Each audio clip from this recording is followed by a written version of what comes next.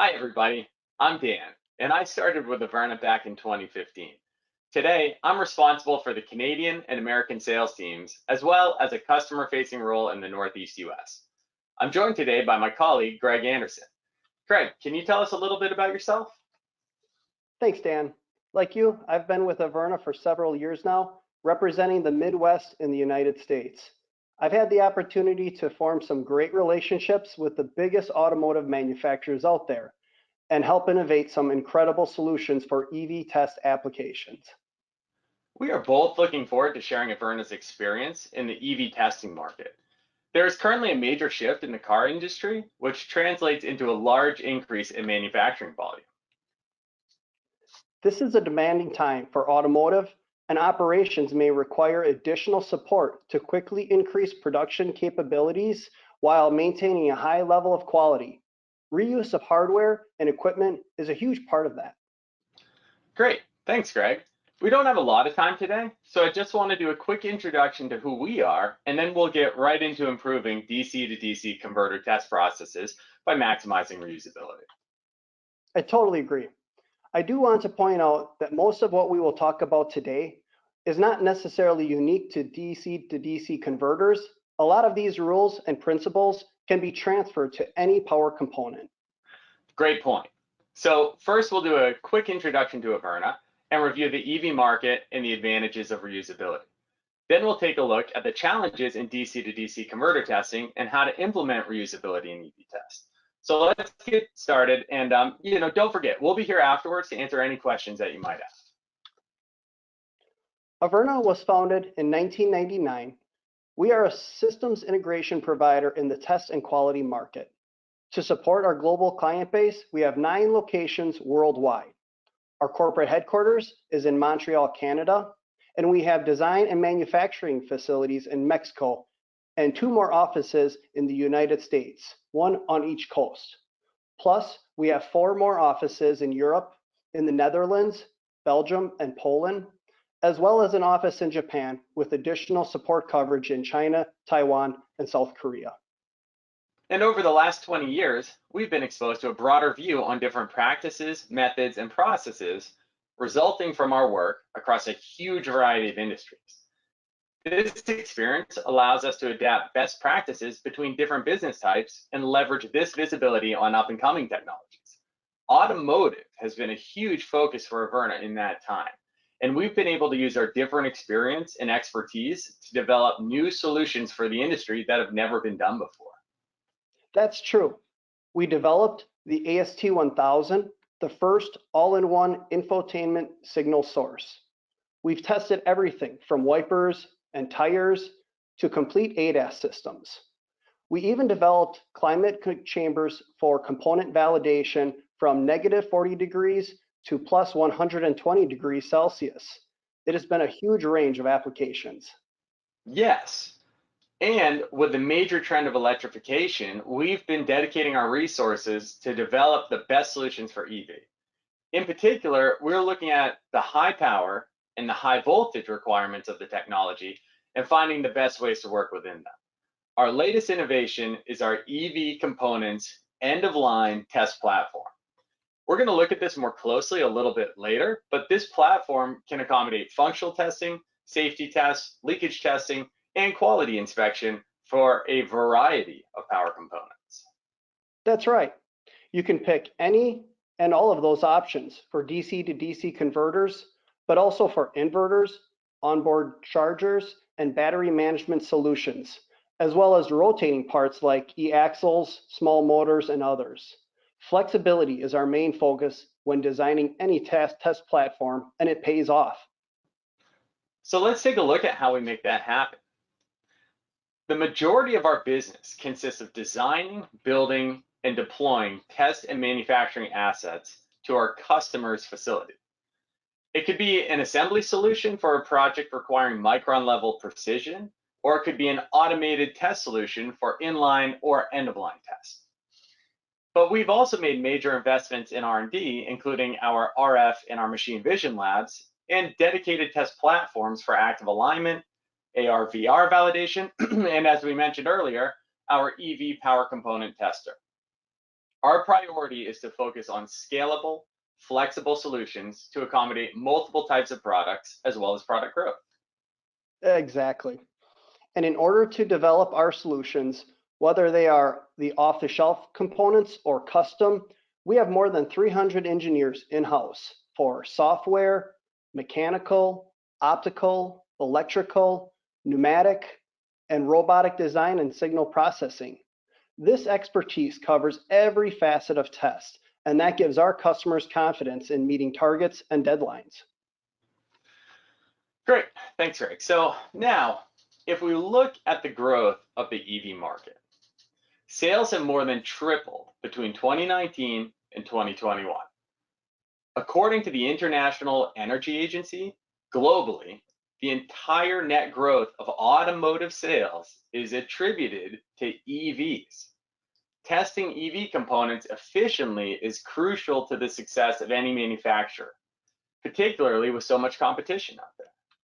True. And by investing in scalable equipment that can be used for different components as well as different test applications, it positions you ahead of the game. By reusing as much hardware as possible, costs decrease significantly and production moves much faster. That's a great point, Greg. And let me address that a little more thoroughly here for a second. The obvious advantage of equipment reuse is not having to spend extra money on more equipment. That's a big one. I think we can agree there. But it's also just the tip of the iceberg. By reusing as much hardware as possible with a familiar software user interface, everything moves faster. Employees need less training, the lead time to receive equipment is significantly reduced, spare parts become more available, and you can ramp up or ramp down production as per the product demand. Spot on, Dan. So let's take a look at what DC to DC converter testing entails and why reuse plays such a pivotal role.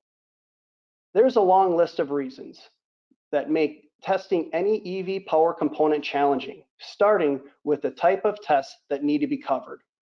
To ensure you're sending out a good product, you need to cover functional testing, high voltage testing, safety, leakage, flashing, and others. The device under test, or the DUT, needs to be inspected, preferably using an automated optical inspection system for reliability. In addition, your product needs to be sorted and packed based on results.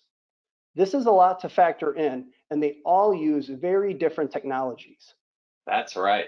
They definitely do. So, so instead of trying to create a massive, imposing station to do everything, separating the test types onto different but uniform stations will deliver the best results. Now, obviously, there's no reason to dedicate a single station to each test type, but it is important to know which tests can be combined into one station and how to do it safely. This is where reusability begins, of course, recognizing how to combine test types even when what is being measured is completely different from one another. Take, for example, high voltage and high current testing. Both need to be performed and both can leverage similar technologies, but how do you go from measuring high voltage output, maybe 6 kilovolts, to a high current output like 500 amps? How do you do that? That's a good example, Dan. Switching from one type to the other here can be dangerous. And if it's not done correctly, when you're dealing with high power and high voltage, decisions need to be precise, or else you run into the risk of damaging the equipment or much worse. So getting the right expertise behind the test project is key. And from there, you can safely understand which tests can be combined and how to execute them properly. At Averna, we have designed a switching box to be able to safely switch from high voltage to high current testing within that same test station quickly.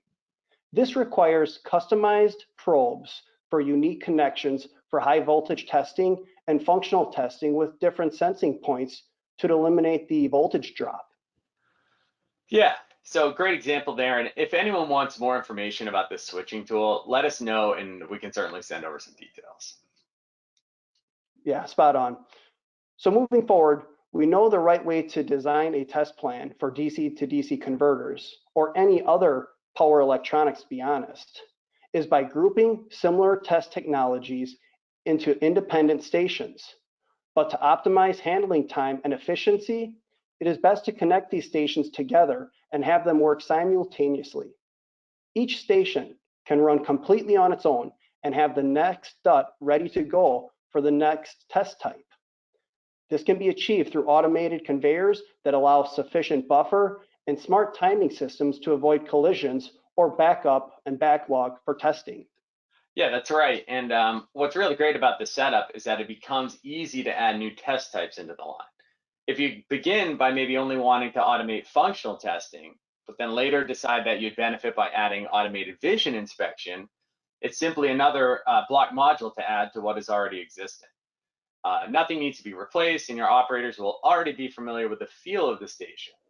So these blocks, along with the conveyor and the pallets running on them, are the secret on how to maximize reusability for EV power electronics testing.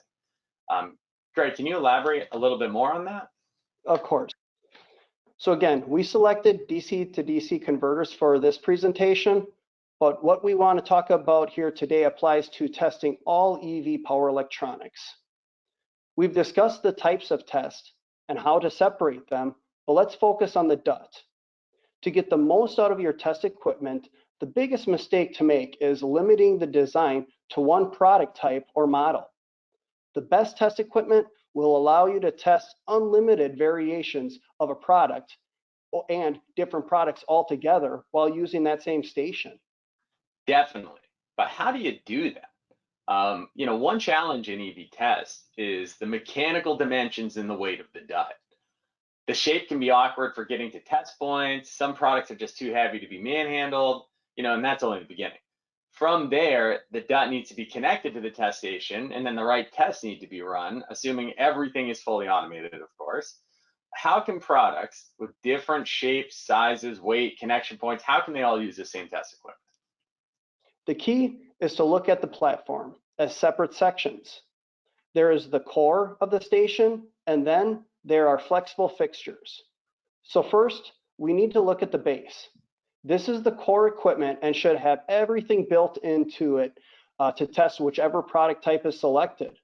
Running through the station will be a conveyor holding the DUT on a customized pallet to transfer the product from one point to another. Once the design of this core is final, the investment should never change. Through additional modules or blocks, they can be added to it as well, as we mentioned earlier. Next, there are interchangeable fixtures that are designed to fit into the core, which you will see in this video. This less expensive segment of the test station will be customized to each unique product, which will travel along the conveyor. Again, using the building block mentality, a fixture can be swapped in and out of the system to test any DUT without changing that main structure. This fixture will have the appropriate connectors to use and define which program to run for each product. Right, so this is huge. By investing in a platform like this, the entire test process for any EV power component can be fully automated in only one foundation. And it is a foundation that requires the heavy lifting. This is where the test engineers will optimize the mechanical design, the hardware setup, they're going to select the right software for the application, and so on. All of the expensive long lead items are built into this structure, so any form of ramp up or addition is faster and less expensive in the future. The unique fixtures, which the DUT attached to earlier, take far less time to build. They are simpler for operators to use, and they cost a fraction of what a brand new station would be. Best of all, production never needs to be interrupted or shut down because the reusable base remains unchanged. Once the new fixture or block is ready, it can simply be integrated in. Yes, this strategy really is a game changer. And the best way to start it is at the beginning. We have met with some customers who prefer to start on a smaller scale to begin testing their product. It is a false belief that this will keep design costs low. By starting this way and continuously adapting a prototype, it serves as an immediate need, but it's messy and simply not scalable. When eventually faced with a product release, that's when the scrambling begins. Essentially, people need to completely redesign the test setup to accommodate the bigger volumes. Right. So this type of system is perfect to begin implementing maybe during EVT or DVT. And then it's easy to move into medium or high volume manufacturing. By reusing the existing equipment and design, maybe months are saved between waiting for redesign and part sourcing. And again, reusing the same equipment obviously saves on equipment costs and operator ramp up. Especially in cases where they had to add on and have all the expedite fees associated to get the product on time. Yeah, expedite fees are something just part of regular life nowadays. So being able to switch from your development setup right into manufacturing is a huge advantage. Design your test equipment while looking at the road ahead. This allows you to reuse both the equipment and the design throughout the entire lifespan of the product. Just eliminating the cost of NRE is probably reason enough to do this. Just make sure that through the initial test design phase, you bear in mind that the product design will change as well. That is a very common oversight we've seen. Connectors move around, measurements change, the software gets updated. Take a flexible approach in the test design until the product is truly final. Really good point. And that's actually why this type of setup is ideal. At the end of the day, by building a block type test setup like this, you don't actually need to know the specifics of the product that will be tested. Obviously, the team will know what types of tests will need to be run and what kind of test equipment will be required for the core. There's nothing preventing the base from being built, and then the fixture portion, which is specific to the product, can be delayed until the product itself is final. To design this from scratch requires a wide range of expertise, including mechanical, optical, electrical, and software engineering. That's why we had our design team create its own customizable platform, which we mentioned earlier. This is not an undertaking to take lightly, so we wanted to take the opportunity to show it off quickly here. Hey, Dan, can you walk us through that? Yeah, for sure. So a fully loaded core can be made up of several different sections. The functional tester, which performs tests like high voltage, high current, communication, firmware upgrades, calibration, and so on. And then there's a leakage tester, an automated optical inspection system, a manual test station, and then an unloading and a sorting area. Again, the whole goal of this platform is maximum flexibility. So only one or all of these stations can be included in the design, or additional sections can be added at a later time or right in the beginning without disrupting production. Let me jump in here quick. I'd like to point out, naturally, before the project begins, the amount of floor space that is required and needs to be dedicated to this test station will need to be decided in advance. That's definitely true. And once this is all set, one DUT can be tested in each station at a time. But all stations can run simultaneously, and multiple DUTs can be loaded into a queue. There's a constant flow with optimized handling time with a dedicated area for measurement or inspection equipment. Plus, it's designed with easy access for maintenance as well. Thanks, Dan. Obviously, all these tests are fully automated with the exception of the manual station. Well, and to be honest, the tasks that a manual station would perform could be automated as well, but there's options available. Yeah, for sure. Once quality assurance is completed, we have an automatic system to sort bad and good products and have them loaded into final packaging as required. Great. So to quickly review, reusability is extremely achievable in DC to DC converter testing, along with any other EV power component on the market. A test project of this magnitude should be managed by experienced test engineers because there are just too many variables and results can be dangerous. So remember, first, select common technologies to be combined within one test station. If the tests don't make sense to be grouped together, don't force it to happen. Build separate uniform stations that operate individually but are connected by a conveyor. Next, once these stations have been selected, they will become the core of the system and can be reused for any product or variation.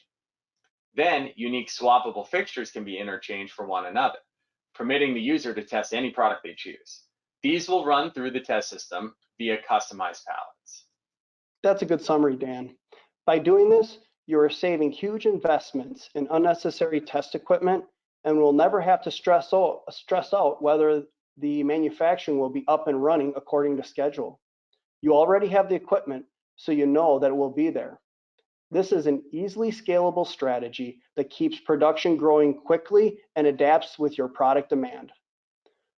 So now we're excited to hear from you guys and opening the floor to questions. So thanks again, everyone, for your time today. Yeah, thanks a lot for sticking around, and we're looking forward to chatting with you. Thanks, everybody.